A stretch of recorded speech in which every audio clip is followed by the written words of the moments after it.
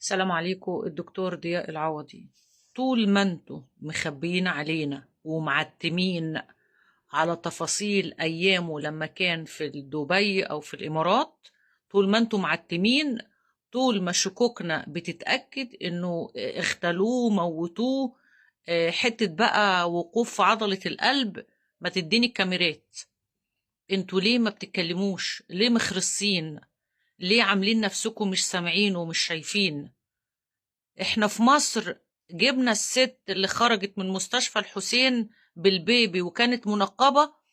الشرطة في مصر جابت الكاميرات ووصلوا بيها لحد بيتها في بدر.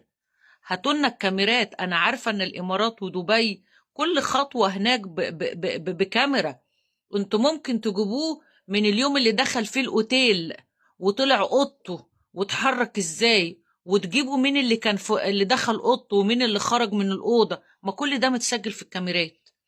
انتوا طالعين لي بالتقرير وطالعين تشلشلوا بالتقرير وتقولوا وقوف في عضله القلب. طب انتوا ليه مش راضيين تطلعوا الكاميرات؟ مفيش حد من عيلته اتحرك؟ مفيش المحامي طالب بالكاميرات ولا لا؟ ما يمكن اللي دخل عليه ده اداله حاجه وقفت له عضله قلبه. هو انت عشان طلعت لي تقرير انه وقوف في عضلة القلب فالراجل كده مات موتة طبيعية؟ لا، كتير علينا. عايزة اشغل لكم صوت الضحك. يا سلام. مفيش حد دخل الأوضة اداله حاجة وقفت له عضلة قلبه عشان تبان الوفاة طبيعية، وهو مرمي في الأوضة بقاله كام يوم ميت وانتم ما تعرفوش عنه حاجة؟ لا، كتير علينا.